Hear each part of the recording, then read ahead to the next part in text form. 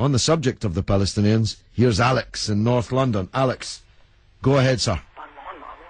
Hi George, I'm calling from North London. I've been listening to you for 3 months now. Okay. Never had the chance to speak to you. Okay. But I was just calling on. I was listening to you a couple of nights ago, and you were talking to these people, and they were saying that Israel, the Jews, did not have the right to gain Israel from the Palestinians. And I was just saying, throughout history, the Jews have been persecuted, obviously, from the Holocaust, and we were granted Israel as a result of this. And I feel that... granted by whom? We were granted from Britain and other countries, granted us that. Well, what right did Britain have to grant you somebody else's country? Well, it's due because we lost 6 million people. No. I'm not arguing about that. I'm going to come on to that. But what right did Britain have to grant you somebody else's country? We had the right because we lost 6 million people and we did not have a home. Well, yeah, I'm going to ask you for a third time. What right did Britain have to grant you somebody else's country? Well, they didn't. Well, they were giving us the right because it was they were basically gave us because of the.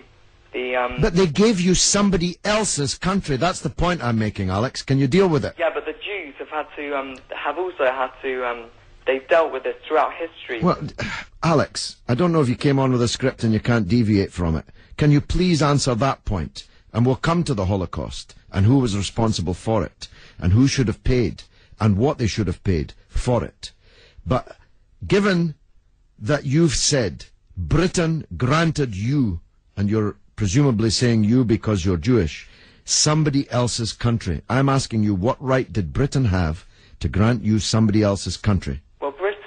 Britain, you could say they didn't have a right, but they came in and dealt with us and with the Jews having lost all these lives, and they basically granted us this land. Okay. Well, I see I'm getting nowhere on this, Alex, so let me deal with your overarching point. Maybe you're just not equipped to deal with the principal point that I have made. The Jews have suffered racist anti-Semitism down the ages in many, many European countries, including our own. They were subject to regular discrimination at best, and pogrom and murder at most. That's undoubtedly true.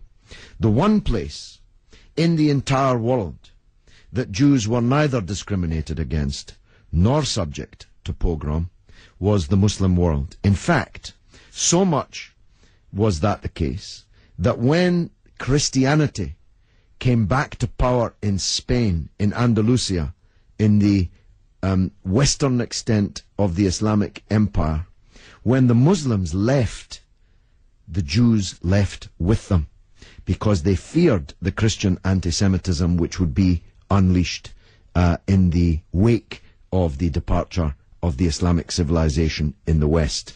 That's why so many Jews are to be found even today, and were to be found in profusion before the creation of the State of Israel, in countries like Morocco and along the North African coast, because under the protection of the Muslims, the Jews left Europe and went to live in North Africa.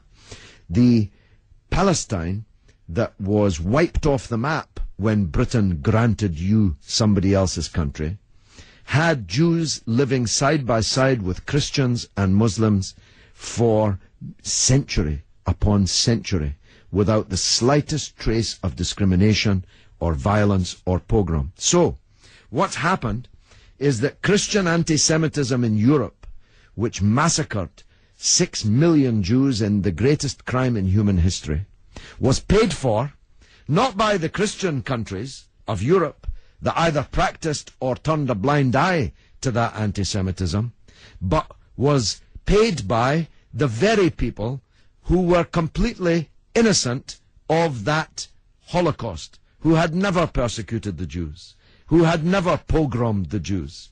And that seems to me to add insult to the injury suffered by a people whose country was wiped off the map, who were dispersed into exile, to make way for a Zionist idea which was granted to European Jews, because these were the first settlers, granted to European Jews by Britain.